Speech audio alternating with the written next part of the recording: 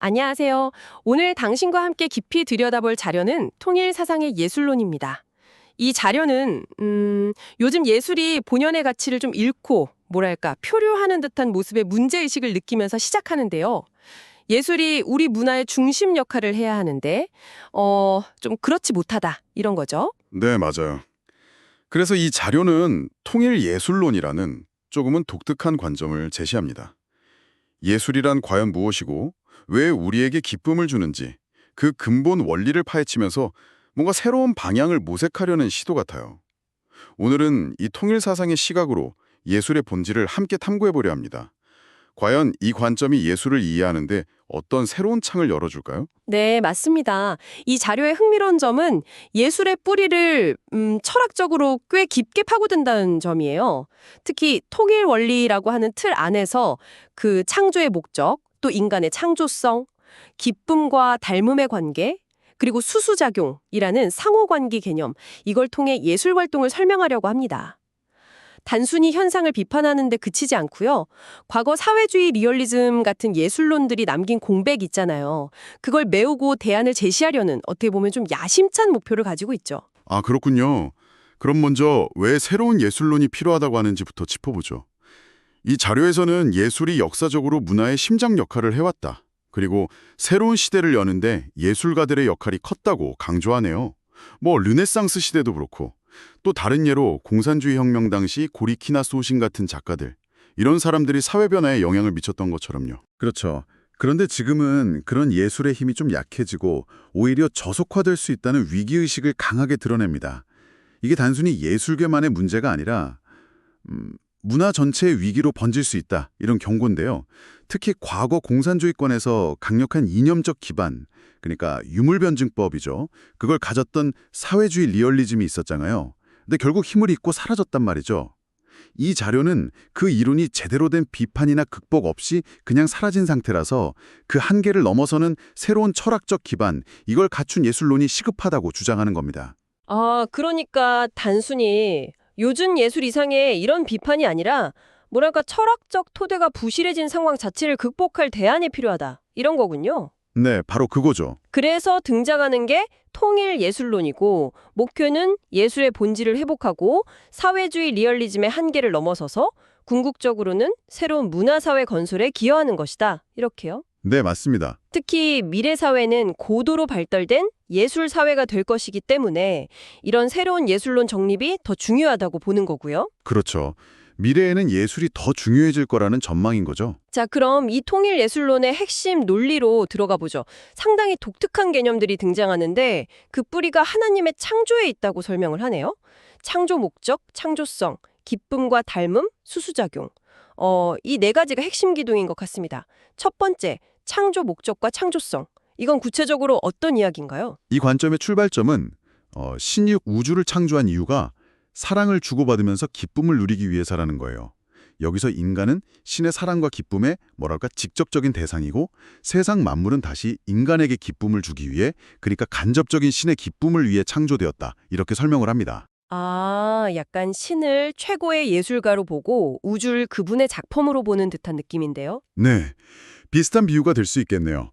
그리고 이 창조의 원리가 인간의 예술 활동에도 그대로 적용된다, 이렇게 보는 겁니다. 인간에게도 창조된 목적, 즉 피조 목적이 있다는 설명이 나오는데 이게 두 가지로 나뉜다고요.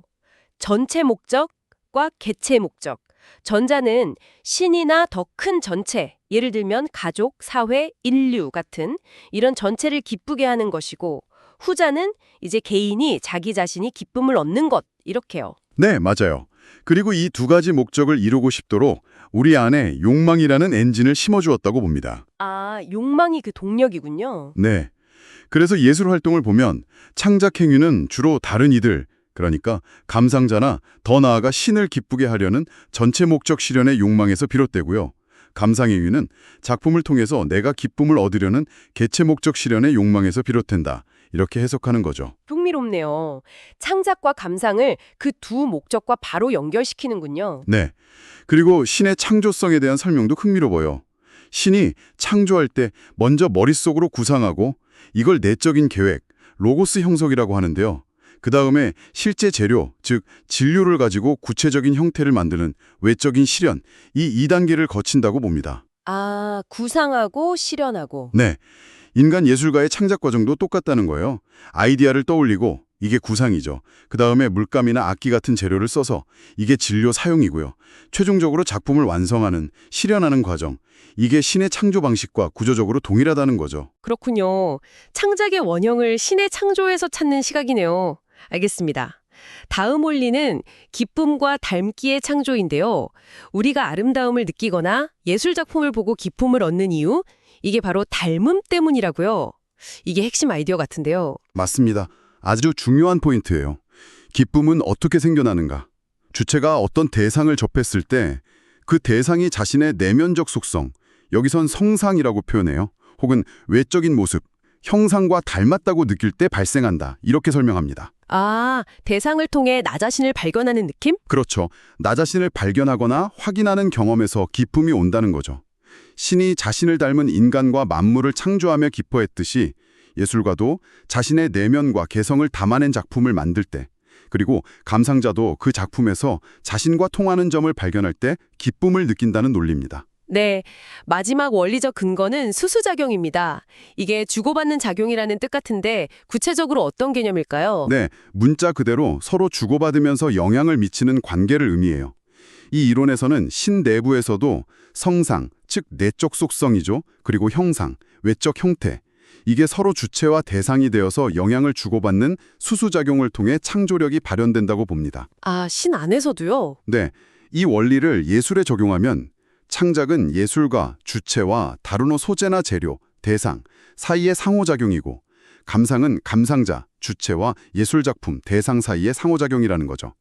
중요한 점은 이 상호작용이 일방적인 게 아니라 양방향적이라는 거예요. 서로 영향을 준다. 네, 그래서 좋은 창작과 깊은 감상을 위해서는 주체와 대상, 양쪽의 조건이 모두 중요하다는 결론으로 이어집니다. 이건 또 가치, 그러니까 진선미 같은 가치가 절대적으로 존재하는 게 아니라 주체와 대상의 관계 속에서 결정된다는 이 이론의 가치론과도 맥이 닿아 있죠. 알겠습니다.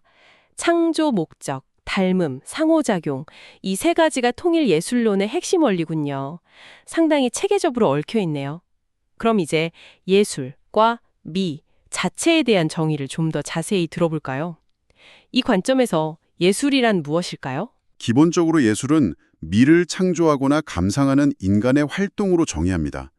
특히 우리 마음의 주요 기능인 지, 정, 의 중에서 감정적인 측면, 즉 정과 가장 깊이 관련된 활동으로 봐요. 아, 감정이군요. 네, 그래서 미를 창조하고 감상하는 정적인 활동이라고 부연 설명을 하죠. 여기서 더 나아가서 예술의 궁극적인 목표가 기쁨 창조에 있다고 보기 때문에 최종적으로는 미의 창작과 감상을 통한 기쁨의 창조 활동이라고 정의하기도 합니다. 영국의 예술 비평가 허버트 리드가 예술을 마음의 즐거움을 주는 형식을 만들려는 시도라고 정의한 것과 비슷한 맥락이라고 언급하기도 하고요. 예술이 기쁨을 창조하는 활동이고 그 기쁨의 원천이 닮음에 있다면 우리가 어떤 대상을 보고 아름답다 또는 이거 나랑 통하는데? 라고 느낄 때 말이죠. 그 닮음은 구체적으로 어떻게 작동하는 걸까요? 이 이론의 설명은 상당히 흥미로운데요. 우리 인간 안에는 이 세상 모든 존재의 내적 속성, 성상과 외적 형태, 형상의 원형, 뭐랄까 일종의 청사진 같은 것이 잠재되어 있다고 봅니다. 우리 안에 원형이 있다고요? 네. 예를 들어 당신이 아름다운 꽃 한 송이를 봤다고 해보죠. 그 꽃의 색깔, 모양, 향기 같은 것들이 당신 안에 이미 잠재되어 있던 꽃의 이상적인 모습 혹은 꽃의 본질과 딱 맞아떨어지는 순간 그걸 인식함과 동시에 아름답다, 기쁘다는 감정이 솟아난다는 겁니다. 이 내면의 원형과 외부 대상이 서로 수수작용, 즉 교감하고 공명하는 거죠. 아, 내 안의 꽃과 바깥의 꽃이 만나는 거군요. 그렇죠. 그래서 이 이론은 예술 작품의 미를 깊이 느끼려면 마음이 맑고 순수해야 하고 또 다양한 경험과 학습을 통해 미적 교양을 쌓는 것이 중요하다고 강조합니다. 교양이 쌓일수록 내 안에 잠재된 원형들이 더 잘 활성화되어서 외부의 미와 쉽게 공명할 수 있다는 거죠. 그렇군요. 마음의 상태와 교양이 중요하다. 네. 이 닮음에는 크게 두 가지 차원이 있다고 설명해요. 첫 번째는 성상의 상사성, 즉 내면적인 닮음입니다. 사상, 가치관, 감정, 개성, 취향 같은 것들이 당신, 즉 주체와 작품 또는 작가, 대상 사이에 비슷하거나 통할 때 느끼는 아름다움이죠. 특히 작품 속에 담긴 작가의 사상이나 메시지가 내 생각과 깊이 공명할 때 강렬한 미적 감동을 받는다고 강조해요. 생각이 통할 때. 네. 그래서 폭넓고 깊이 있는 사유를 할수록 더 다양한 종류의 미를 발견하고 깊은 기쁨을 느낄 수 있다고 봅니다. 두 번째는 형상의 상사성이겠군요. 이건 좀 더 감각적이고 직관적으로 다가올 것 같아요. 뭐 눈에 보이거나 귀에 들리는 것들이니까요. 네, 맞아요. 형태, 색깔, 소리, 질감, 리듬 등 우리가 오감을 통해 감지하는 외적인 요소들이 우리 안에 있는 어떤 원형적인 형태나 패턴과 일치할 때 느끼는 아름다움입니다. 이 관점에서는 우리가 경험하는 외부 세계 자체가 사실은 우리 내면 세계가 확장되어서 펼쳐진 모습과 같다고 봐요. 외부 세계가 내면의 확장이다. 네, 그래서 자연이나 예술 작품의 모든 형태적 요소들이 이미 우리 안에 원형적으로 축소되어 존재하고 있다가 외부의 자극을 통해 그 닮은 꼴을 만났을 때 기쁨이라는 정서적 반응을 일으킨다는 설명입니다. 신기하네요. 그런데 여기서 아주 재밌는 개념이 하나 더 등장해요. 바로 상보성인데요. 이건 나와 닮은 것이 아니라 오히려 나에게 없는 것, 나에게 부족한 것을 상대에게서 발견했을 때 기쁨을 느끼는 경우를 말해요.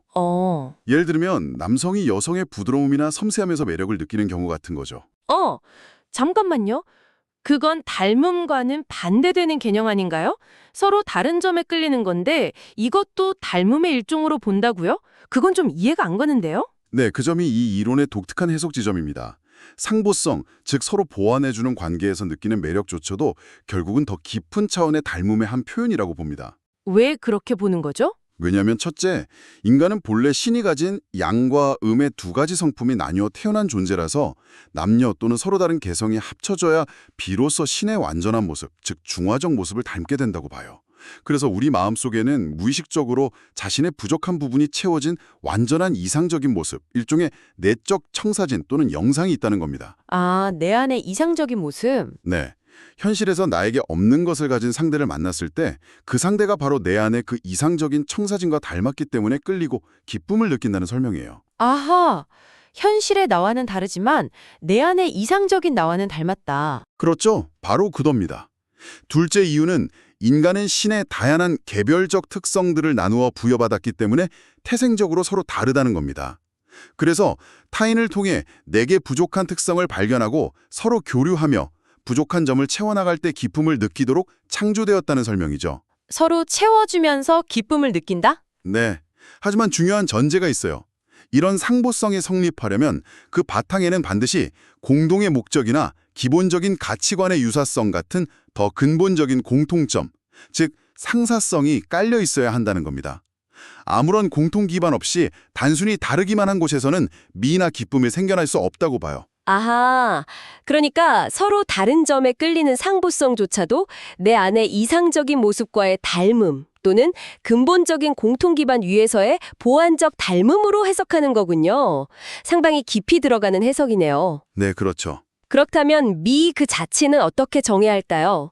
아까 잠깐 언급됐지만 사랑과의 관계 속에서 설명한다고요? 네, 이 이론은 사랑과 미를 동전의 양면처럼 설명합니다. 사랑은 주체가 대상에게 능동적으로 주는 정적인 힘, 즉 감정적인 에너지고요. 미는 반대로 대상이 주체에게 수동적으로 주는 정적인 자극이라고 정의해요. 사랑은 주는 힘, 미는 받는 자극. 네, 그러니까 미는 대상이 주는 매력적인 정서적 자극 또는 그 자극을 통해 느껴지는 대상의 가치라고 할 수 있죠. 실제 인간관계에서는 서로 사랑과 미를 끊임없이 주고받는다고 봅니다.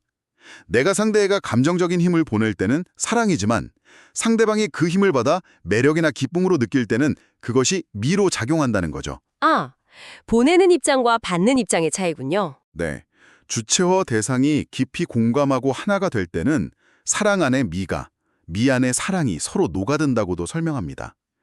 과거 플라톤이 미를 이데아나 시청각적 쾌감으로, 칸트가 주관적 판단의 한목적성으로 본 것과는 또 다른 관점이죠. 그럼 미라는 것은 작품이나 대상 자체에 고정돼 있는 절대적인 속성이 아니라 그것을 보고 느끼는 사람과의 관계 속에서 결정된다는 이야기로 들리네요. 정확합니다. 미는 대상 자체에 객관적으로 딱 붙어있는 라벨 같은 게 아니라는 거예요. 대상이 만들어진 본래의 목적, 예를 들어 꽃은 아름다움을 통해 기쁨을 주려는 목적이 있겠죠. 그 목적과 그것을 마주하는 인간 주체의 가치를 찾고 느끼려는 욕구, 즉 미를 추구하는 마음, 이것이 서로 맞아떨어질 때 그 관계 속에서 비로소 미가 결정된다고 봅니다. 아, 관계 속에서? 네, 당신이 어떤 대상에게서 정적인 자극을 받고 아, 좋다, 아름답다 라고 느끼는 바로 그 순간 그 대상이 가진 본연의 미가 당신과의 관계 속에서 현실화되고 결정된다는 거죠. 주관적인 경험과 판단이 핵심적인 역할을 하는 셈입니다. 그럼 우리에게 그런 정적인 자극을 느끼게 하는 구체적인 요소들은 무엇일까요? 작품의 어떤 점들이 우리에게 그런 정적인 자극을 주는 걸까요? 그 핵심은 목적 중심의 조화라고 설명합니다. 목적 중심의 조화. 네, 어떤 대상이든 그 존재 목적이 있고 그 목적을 이루기 위한 여러 물리적인 요소들, 예를 들면 그림의 선, 색, 구도라든지 음악의 멜로디, 리듬, 화성 같은 것들이 있잖아요. 이 요소들이 제각각 노는 게 아니라 작품 전체가 추구하는 목적이나 주제를 중심으로 아주 잘 어우러져 있을 때 바로 이 조화 자체가 우리에게 강력한 정적인 자극을 준다는 겁니다. 아, 그 어우러짐 자체가? 네, 그리고 우리는 그 조화로운 상태를 보고 아름답다고 판단하게 된다는 거죠. 이러한 조화는 크게 공간적인 조화와 시간적인 조화로 나눌 수 있어요. 회화, 조각, 건축처럼 주로 공간 안에서 요소들이 배치되고 어우러지는 예술을 공간예술, 문학이나 음악처럼 시간의 흐름 속에서 요소들이 전개되며 조화를 이루는 예술을 시간예술이라고 하죠. 네. 연극이나 무용처럼 공간과 시간이 함께 중요한 예술은 시공간예술 또는 종합예술이라고 부르고요. 사실 조화가 미의 중요한 요소라는 점은 아리스토텔레스, 질서, 균형, 명확성 이런 걸 말했죠. 아니면 허버트 리드, 이 사람도 균형, 리듬, 조화를 얘기했고 이런 다른 미학자들도 강조했던 바니 완전히 새로운 이야기는 아니에요. 하지만 통일 사상에서는 이 조화가 창조 목적을 중심으로 이루어진다는 점을 특히 강조하는 것 같습니다. 네. 이제 마지막으로 예술 활동의 두 축인 창작과 감상에 대해 이야기 나눠보죠. 이 자료에서는 이 둘을 별개의 활동이 아니라 사실상 하나의 통일된 활동으로 본다는 점이 흥미로웠어요. 맞아요.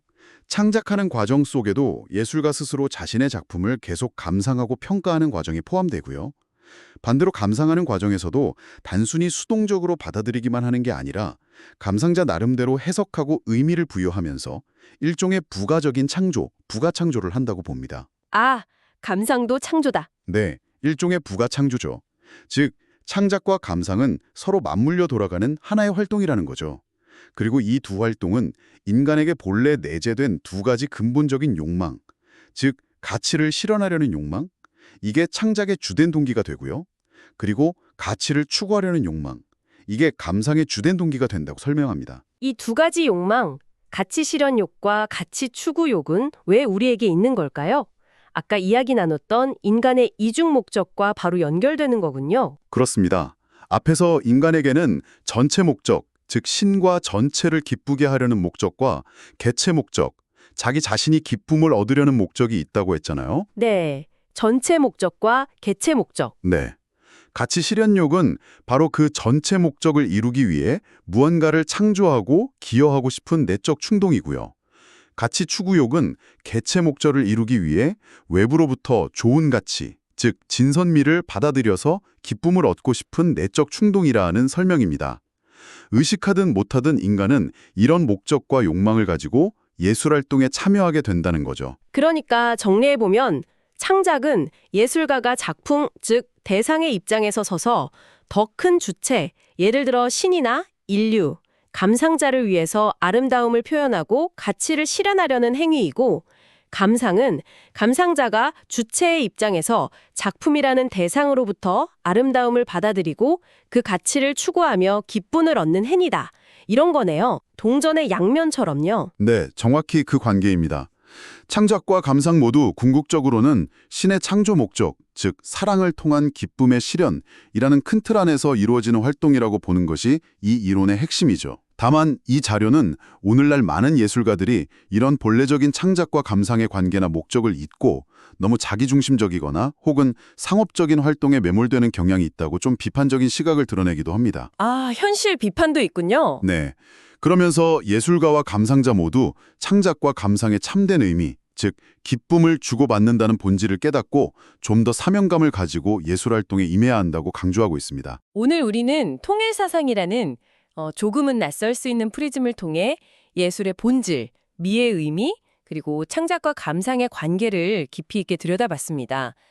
예술이 단순히 개인의 감정 표현이나 기술적인 아름다움을 넘어서 기쁨의 창조라는 더 근원적인 목적과 연결되고 그 기쁨이 닮음과 조화, 그리고 상호작용이라는 원리를 통해 발생한다는 해석이 상당히 인상적이었습니다. 네.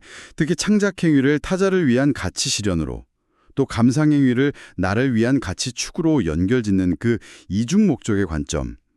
이게 우리가 예술작품을 만들거나 감상할 때 그 의미를 좀 더 폭넓게 생각해보게 하면 계기를 주는 것 같아요. 그렇죠. 예술활동이 단순히 나 혼자만의 행위가 아니라 뭐랄까 보이지 않는 관계 속에서 기쁨을 주고받는 과정이라는 시각이니까요. 오늘 나눈 이야기들 중에서 당신에게는 어떤 부분이 가장 흥미롭게 다가왔나요? 만약 예술의 궁극적인 목적이 이 이론의 주장처럼 단순히 아름다운 것을 만드는 행위를 넘어서서 타인과 기쁨을 나누고 닮음과 상보성을 통해 서로 더 깊이 연결되는 경험에 있다면 이 관점이 당신이 앞으로 예술을 대하는 방식에 어떤 작은 변화라도 가져올 수 있을까요? 잠시 혼자만의 생각할 거리를 남겨드리며 저희는 다음 시간에 더 흥미로운 이야기로 돌아오겠습니다.